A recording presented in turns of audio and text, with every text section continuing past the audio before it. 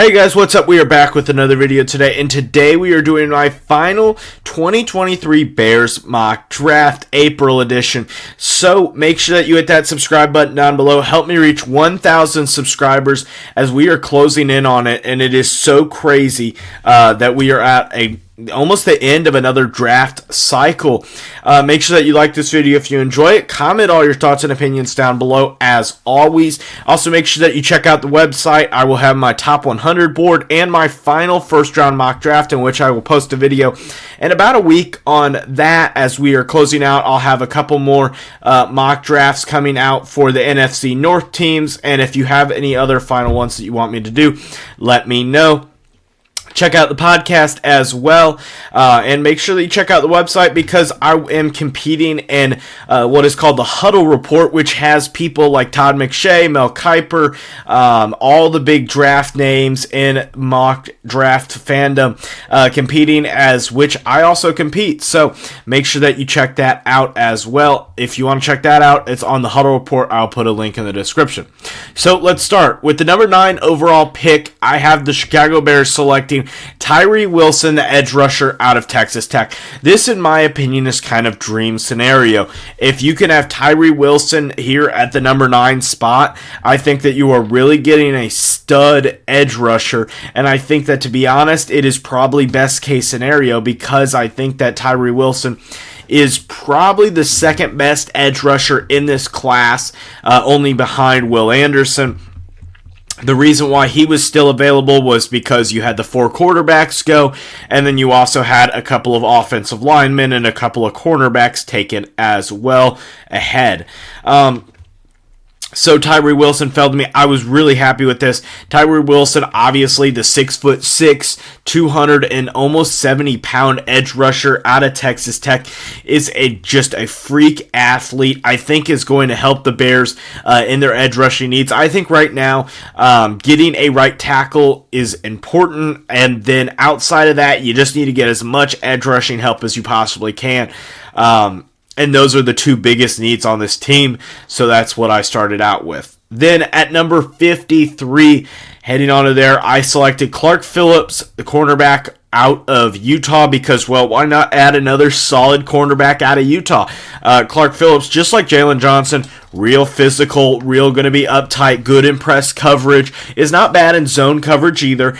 He's at that second level of cornerbacks in this draft class, so he's not Devon Witherspoon or Christian Gonzalez or even Joey Porter Jr., but he's in the same tier of Cam Smith from South Carolina, him, and then maybe if you want to add Tyreek Stevenson, I would probably add Tyreek Stevenson. Some people would say yes, some people would say no. He's the cornerback out of Miami. So with with Clark Phillips, I do think that addresses the CB2, which I think is the third most important need. I talked about the first two a little bit prior. I think that the third most important need is the CB2 position. You have Jalen Johnson, you have Kyler Gordon, and I'm assuming kind of that you want Kyler Gordon to play nickel. I don't really know. It depends on what Ryan Poles. If Ryan Poles wants Kyler Gordon at nickel, then maybe you draft a Clark Phillips or a Christian Gonzalez or a Devon Witherspoon in the first round. I'd be happy with either of those players. Or maybe you draft later on and you get you get a nickel and you put Kyler Gordon there. You can get a good nickel in the 4th or 5th round, even though, in my opinion, it's a tougher position to play because the guys can go inside and outside. You have some of the better players playing in nickel now, like Darnell Mooney will play in nickel this year for the Bears. You have guys like Keenan Allen, DeAndre Hopkins plays in nickel from time to time. Tyreek Hill, you have a lot of players that play in nickel, so that's my personal opinion on that, but I rest my case.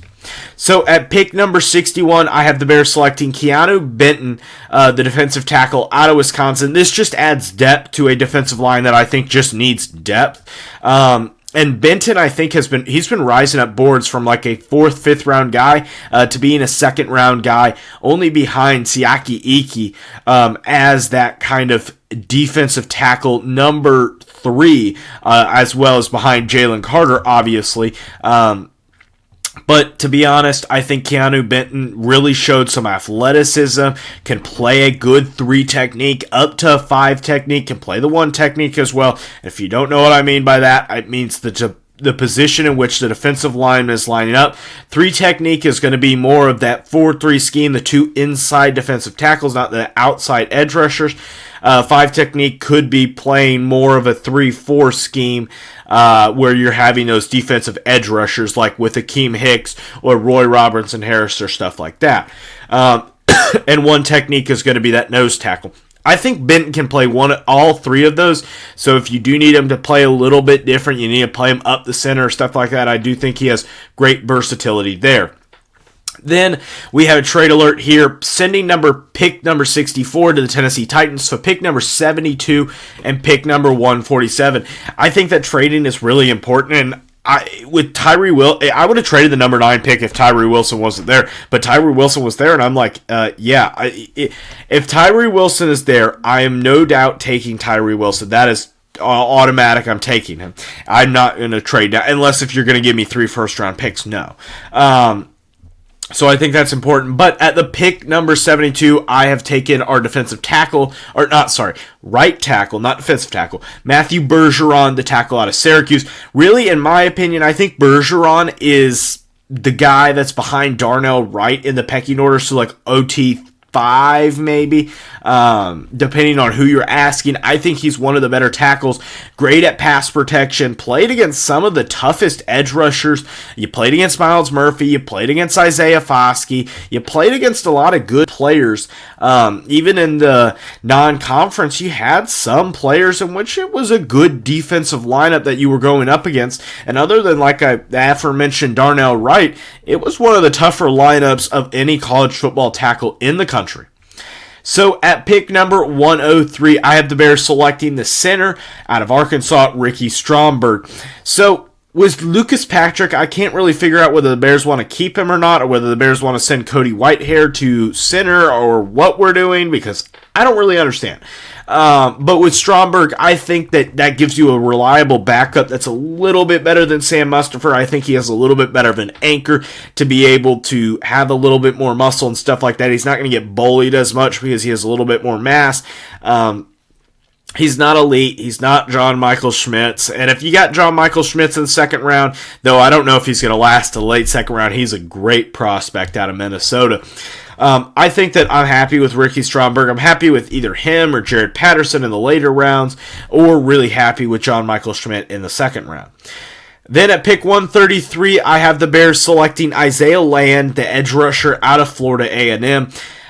Just an athletic freak, just has all sorts of talent and skills, and it's just like the Tyree Wilson pick, really big, really strong. With this, you're going to need a lot more development than Tyree Wilson, obviously. He is not that developed, played at an HBCU at the FCS level, played really well. I think had about 19 sacks this year. So obviously extremely productive, something that I really like coming out of the prospects that I'm looking to draft here. But definitely is going to need to refine some technique. But I think it is worth the risk in order to be able to do that. I think that it is well worth the risk just to take a guy, and maybe he doesn't work out. But if he does, it is a boom of a pick. So at pick number 136, I have the Bears selecting running back out of Illinois, Chase Brown. So I think it'd be really... I would be shocked to a degree. I would be surprised, not shocked, surprised if the Bears don't come out with one of the two Brown twins, either Chase Brown, the running back out of Illinois, or Sidney Brown, the safety out of Illinois, because I think that most likely one of them is going to be available in the later rounds. The Bears kind of need a safety. You don't really have to get one, but I don't think Sidney Brown is going to be like the super high value draft pick in the second or third, or obviously not first round. So I think that getting him there could be a benefit. You have Devontae Foreman, you have Travis Homer, the two signees, and then obviously you have Khalil Herbert. I think adding Chase Brown just adds a little bit of depth. Devontae Foreman is only a one-year signee, so I don't think you're looking at much. And Treston Ebner, he didn't show the greatest stuff in his first year, so that's that. Then at pick number 147, remember this was the trade with Tennessee, I picked Will Mallory, the tight end out of Miami. just a solid player. Good backup tight end. I'm really drafting him not to be anywhere near Cole Kmet's level. Cole Kmet obviously had that great breakout season last year, but just really to be a good, solidified backup tight end. That's what I'm looking for. Then at pick 148, one pick later, I have the Bears selecting Byron Young, the edge rusher out of Tennessee. Again, another kind of good athlete with a lot of production. Had about 9 sacks this year, 8.5 to be specific. Just a good edge rusher, really productive at Tennessee.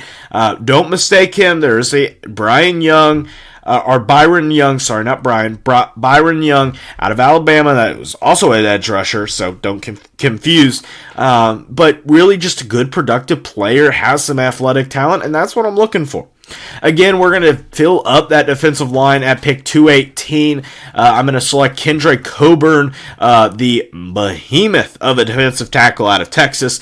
Just a really big dude, a great run stopper, something the Bears are going to need to do a lot better this year. Something that they struggled with last year because of the lack of bodies, the lack of edge rush, the lack of linebacker talent.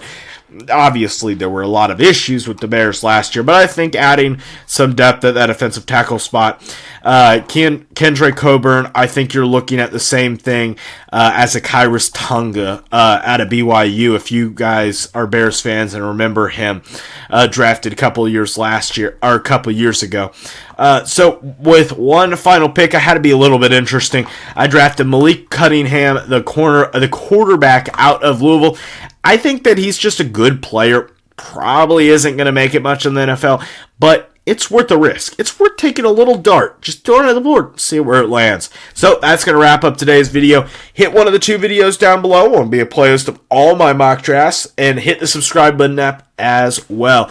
Let's go Bears. Bear down.